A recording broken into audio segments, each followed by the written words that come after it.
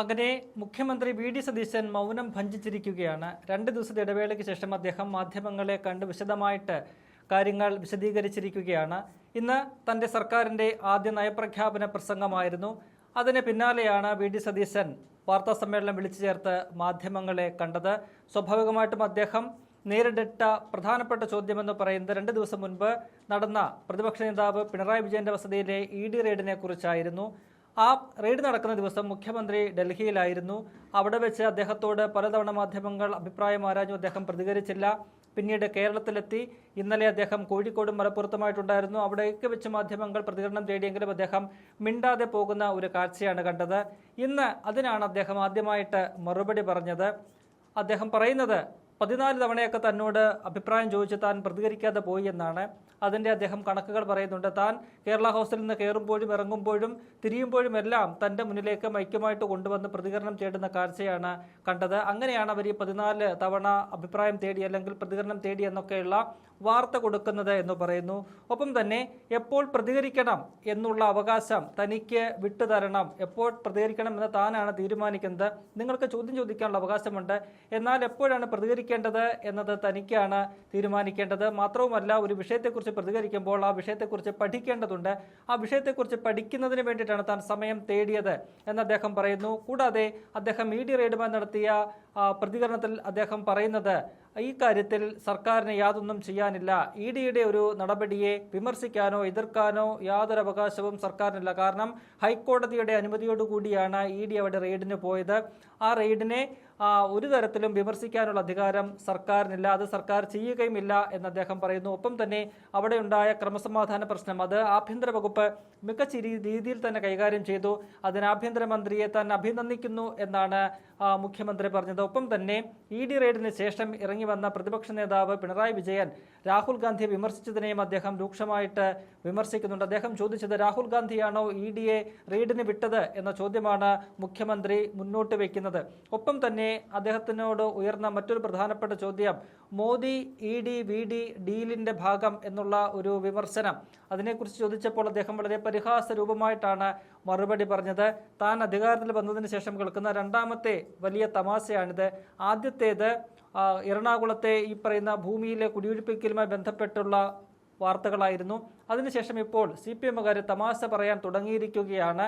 താൻ മുഖ്യമന്ത്രിയായിട്ട് ചുമതല ഏറ്റെടുത്ത ശേഷം ആദ്യമായിട്ടാണ് പ്രധാനമന്ത്രിയെ കാണുന്നത്.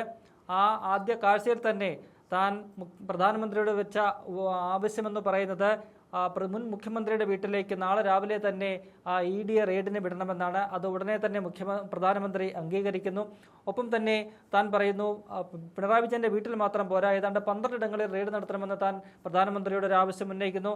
അതും പ്രധാനമന്ത്രി അംഗീകരിക്കുന്നു. അങ്ങനെ താൻ പ്രധാനമന്ത്രിയുമായി കൂടിക്കാഴ്ച നടത്തിയതിന് തൊട്ട് പിറ്റേ ദിവസം തന്നെ തൻ്റെ ആവശ്യപ്രകാരം പ്രധാനമന്ത്രി ഇത്രയും സ്ഥലങ്ങളിലേക്ക് 12 ഇടങ്ങളിലേക്കും ED റെയ്ഡിന് വിട്ടിരിക്കുന്നു എന്ന പരിഹാസമായിട്ടുള്ള മറുപടിയാണ് ഈ പറയുന്ന ഡീലുമായി ബന്ധപ്പെട്ടുള്ള ചോദ്യത്തിന് മുഖ്യമന്ത്രി വി.ഡി. സതീശൻ കൊടുത്തിരിക്കുന്നത്. എന്തായാലും 2 ദിവസത്തെ ഒരു ഇടവേളയ്ക്ക് ശേഷം തനിക്ക് നേരെ വന്ന ആരോപണങ്ങൾക്കും വിമർശനങ്ങൾക്കും എല്ലാം ശക്തമായ ഭാഷയിലുള്ള മറുപടിയാണ് മുഖ്യമന്ത്രി നൽകിയിരിക്കുന്നത്. അതിൻ്റെ വീഡിയോ നമുക്ക് കാണാം. പ്രതിപക്ഷ നേതാവ് അദ്ദേഹം പുറത്തിറങ്ങി വന്നിട്ട് രാഹുൽ ഗാന്ധിയാണ് കുറ്റപ്പെടുത്തിയത്. രാഹുൽ ഗാന്ധിയാണ് റെയ്ഡിന് ആളെ വിട്ടത്. രാഹുൽ ഗാന്ധി എന്താ ചെയ്തത്? രാഹുൽ ഗാന്ധിക്കെതിരായി കേസ് വന്നപ്പോൾ അന്വേഷിക്കാൻ വന്ന ആളുകളുടെ വാഹനം കോൺഗ്രസ്സുകാരെ വിട്ട് തല്ലിപ്പൊളിക്കുകയാണോ ചെയ്തത്? അല്ല. ഞാൻ ആദ്യമായിട്ടാണ് നരേന്ദ്രമോദിയെ നേരിൽ കാണുന്നത്. ഞാൻ ഈ സർക്കാർ വന്നതിന് ശേഷമുള്ള 2ാമത്തെ തമാശയാണിത്. ആദ്യത്തെ തമാശ 14 പ്രാവശ്യം റിക്കവറി നടത്താൻ പോയിട്ട് ഒന്നും ചെയ്യാതെ ഞങ്ങളുടെ സർക്കാർ വന്നതിൻ്റെ പിറ്റേ ദിവസം റിക്കവറി എറണാകുളത്തെ ഭൂമിയിൽ നടത്തിയപ്പോൾ അതിന് സമരം ചെയ്യാൻ പോയ മന്ത്രിമാരുടേതായിരുന്ന ആദ്യത്തെ തമാശ. ഇത് കേട്ടസി കോളാണ്. എനിക്ക് മുൻപുണ്ടായിരുന്ന ശ്രീ പിണറായി വിജയൻ ഉൾപ്പെടെയുള്ള മുഴുവൻ മുഖ്യമന്ത്രിമാരും അവരുടെ സ്ഥാനമേറ്റ് കഴിഞ്ഞാൽ അവിടെ ആരാണ് പ്രധാനമന്ത്രിയെങ്കിലും പ്രധാനപ്പെട്ട മന്ത്രിമാരെ പോയി കാണുന്നത് കേട്ടസി കോളാണ്. ഞാനും അത് ചെയ്തു. 2 പ്രാവശ്യവും മുൻ മുഖ്യമന്ത്രി അത് ചെയ്തിട്ടുണ്ട് അദ്ദേഹത്തിൻ്റെ സമയത്ത്. ഞാൻ ആദ്യമായിട്ടാണ് നരേന്ദ്രമോദിയെ നേരിൽ കാണുന്നത്. ഞാൻ ഉടനെ തന്നെ പറഞ്ഞു പിണറായി വിജയൻ്റെ വീടൊന്ന് റെയ്ഡ് ചെയ്യണം നാളെ EDയെ കൊണ്ട്. അപ്പോൾ ഉടനെ മോഡി അപ്പം തന്നെ ഫോണെടുത്ത് കുത്തി. എന്നിട്ട് പറഞ്ഞു നാളെ രാവിലെ സതീശൻ വന്നിട്ട് ആദ്യമായിട്ടൊരു കാര്യം പറഞ്ഞാൽ നാളെ രാവിലെ കംപ്ലീറ്റ് സ്ഥലത്ത് റെയ്ഡ് ചെയ്യണം. അപ്പോൾ ഞാൻ പറഞ്ഞു ഒരു സ്ഥലത്ത് പോരാ, 12 സ്ഥലത്ത് ചെയ്യണം. ആ സതീശൻ പറഞ്ഞേക്കണത് 12 സ്ഥലത്ത് റെയ്ഡ് ചെയ്യാനാണ് പറഞ്ഞേക്കണത്. അങ്ങനെ 12 സ്ഥലത്ത് റെയ്ഡ് ചെയ്തു. ഇത് മുൻ മന്ത്രിമാരുൾപ്പെടെയുള്ള ആളുകൾ വരെ വന്ന് പത്രക്കാരോട് പറയുകയാണ്. ഞാൻ ചിരിക്കണോ അല്ല കരയണോ ഇത് കേട്ടിട്ട്? നിങ്ങളൊന്ന് ആലോചിക്കും. നരേന്ദ്രമോദി ആദ്യമായിട്ട് കണ്ട് മുഖ്യമന്ത്രിയായിട്ട് കാണാൻ പോയപ്പോൾ ഇവിടുത്തെ പ്രതിപക്ഷ നേതാവായിരിക്കുന്ന അദ്ദേഹത്തിൻ്റെ വീട് റെയ്ഡ് ചെയ്യണമെന്ന് ഞാൻ പിണറായി വിജയൻ ഇതൊന്നും പറയില്ല കേട്ടോ. അദ്ദേഹം അങ്ങനെയൊന്നും പറയില്ല. എനിക്ക് അദ്ദേഹത്തെക്കുറിച്ച് എനിക്കൊരു റേറ്റിംഗ് ഉണ്ട് എൻ്റെ ഉള്ളിൽ. അദ്ദേഹം ഒന്നും പറയില്ല. പക്ഷെ നല്ലതാണിത്. എന്താണെന്നറിയാമോ, ഈ പണ്ടേ ഈ കമ്മ്യൂണിസ്റ്റുകാരെ കുറിച്ചൊരു പരാതിയുണ്ട്, ബലം പിടുത്തം കൂടുതലാണ്, സ്റ്റിഫാണെന്ന്. അതൊക്കെ അയഞ്ഞ് അവർ തമാശ പറയാൻ തുടങ്ങിയല്ലോ. അതിലെനിക്കൊരു സന്തോഷമുണ്ട്. തമാശ പറയാൻ തുടങ്ങിയല്ലോ. എന്താണ് നടക്കുന്നത് കേരളത്തിൽ?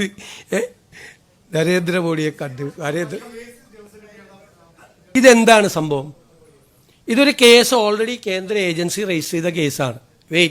കേന്ദ്ര ഏജൻസി രജിസ്റ്റർ ചെയ്ത കേസാണ് ആണല്ലോ. അന്വേഷണത്തിൻ്റെ ഭാഗമായിട്ടാണ് അവർ നടപടികൾ സ്വീകരിക്കുന്നത്. സംസ്ഥാന ഗവൺമെൻറ് ഇതിൻ്റെ അകത്ത് എന്ത് റോളാണ്? ഒരു റോളും ഇല്ല സംസ്ഥാന ഗവൺമെൻറ്. ഞങ്ങളെ അറിയിച്ചിട്ട് പോലുമില്ല, പോലീസിനെ അറിയിച്ചിട്ടില്ല. അവരവിടെ നിന്ന് പിരിഞ്ഞു പോകാൻ നേരത്ത് പോലീസിനെ അറിയിച്ചിട്ടില്ല. ചെയ്ത എന്താണ്? ആഭ്യന്തര വകുപ്പ് ചെയ്ത് ഞാൻ ആഭ്യന്തരമന്ത്രിയെ പ്രത്യേകമായി അഭിനന്ദിക്കുകയാണ്.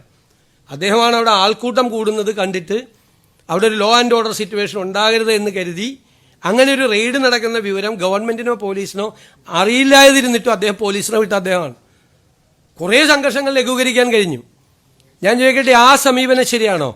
ആ സമീപനം ശരിയാണോ?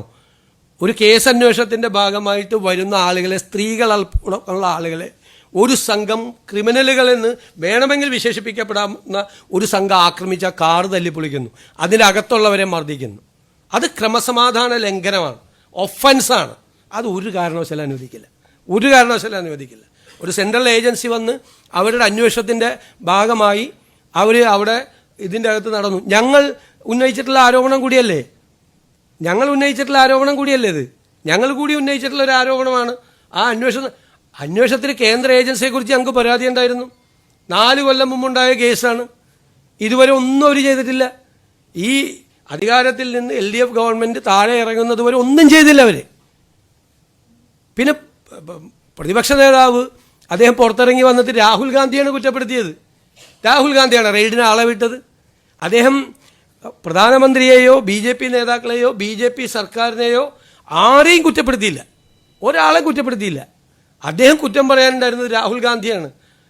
രാഹുൽ ഗാന്ധി എന്താ ചെയ്തത്? രാഹുൽ ഗാന്ധിക്കെതിരായി കേസ് വന്നപ്പോൾ അന്വേഷിക്കാൻ വന്ന ആളുകളുടെ വാഹനം കോൺഗ്രസ്സുകാരെ വിട്ട് തല്ലിപ്പൊളിക്കുകയാണോ ചെയ്ത്? അല്ല. അദ്ദേഹം 55 മണിക്കൂർ തുടർച്ചയായിരുന്നു, പല പ്രാവശ്യമായിട്ട് തുടർച്ചയായി ആ കേസുമായിട്ട് സഹകരിച്ചു. ഇല്ലേ? ആ കേസുമായിട്ട് സഹകരിച്ചു. അത് രാഷ്ട്രീയമായി എടുത്തിരിക്കുന്ന ഒരു കേസാണ് എന്നുള്ളതുകൊണ്ട് ഞങ്ങളതിനെ രാഷ്ട്രീയമായി എതിർത്തു. ഈ കേസ് എടുത്തിരിക്കുന്നത് മുഖ്യമന്ത്രിയുടെ കുടുംബത്തിലെ ഒരു അംഗത്തിനെതിരായി കേസെടുത്തിരിക്കുന്നത് രാഷ്ട്രീയമാണെങ്കിൽ CPM-ന് രാഷ്ട്രീയമായി പ്രതിഷേധിക്കാം. ഞാൻ ചോദിക്കട്ടെ, അതിൻ്റെ തലേദിവസമല്ലേ ഈ കേസിലെ ഒരു കക്ഷി കോടതിയിൽ പോയപ്പോൾ കോടതി ആ അന്വേഷണം നിർത്തിവെക്കണം എന്നാവശ്യപ്പെട്ട് കോടതി പോയപ്പോൾ ആ പെറ്റീഷൻ തള്ളി അന്വേഷണം തുടരണമെന്ന് ഏജൻസിയോട് ആവശ്യപ്പെട്ടത്? അപ്പോൾ നിയമപരമായ വഴിയല്ലേ അന്വേഷണമുള്ളത്? അപ്പം ഞങ്ങളെങ്ങനെയാണ് ഈ റെയ്ഡ് നടത്തിയതിനെയും ഈ അന്വേഷണം നടക്കുന്നതിനെയും വിമർശിക്കാൻ സ്റ്റേറ്റ് ഗവൺമെൻറ്റിന് എന്താ അധികാരമുള്ളത്? ഞങ്ങളങ്ങനെ പറയാമോ? ഞങ്ങളങ്ങനെ പറയാൻ പാടില്ലല്ലോ. ഒരു കേന്ദ്ര ഏജൻസി അന്വേഷണം നടക്കുന്ന കേസിൽ, കോടതി അനുവദിച്ച് അന്വേഷണം നടക്കുന്ന കേസിൽ ആ അന്വേഷണം നടത്താൻ പാടില്ല, അന്വേഷണം ഇങ്ങനെ വേണം, അന്വേഷിക്കേണ്ടത് ഇങ്ങനെയാണ് എന്ന് ഞങ്ങൾക്ക് പറയാമോ? ഞങ്ങളതിൻ്റെ കോമ്പീറ്റൻ്റ് അതോറിറ്റി ആണോ? ഞാൻ വളരെ ജെന്യുവനായിട്ട് ചോദിക്കുകയാണ് നിങ്ങളോട്. ഞങ്ങളതിൻ്റെ കോമ്പീറ്റൻ്റ് അതോറിറ്റി അല്ല. ഞങ്ങൾക്ക് അതിൻ്റെ അകത്തില്ല. ഞങ്ങൾക്ക് ക്രമസമാധാന പ്രശ്നം ഉണ്ടായാൽ അതിൻ്റെ അകത്ത് ഇടപെട്ടു ശക്തിയായ നടപടികൾ സ്വീകരിക്കും. അത് തെറ്റാണ്, അത് ആവർത്തിക്കാൻ പാടില്ല. അത്തരം സംഭവങ്ങൾ ആവർത്തിക്കാൻ പാടില്ല. ഗുരുതരമായ കുറ്റകൃത്യമാണ് അവിടെ നടന്നത്. അന്വേഷണ ഉദ്യോഗസ്ഥന്മാരെ ആക്രമിക്കുകയും അവരുടെ വാഹനം അടിച്ചു തകർക്കുകയും ചെയ്ത് ഗുരുതരമായ കുറ്റകൃത്യമാണ്. അത് ആവർത്തിക്കപ്പെടാൻ പാടില്ല. അതാണ് ഞങ്ങളുടെ അഭിപ്രായം. ഞങ്ങൾക്ക് നിലപാടുണ്ട് അതിൻ്റെ അകത്ത്.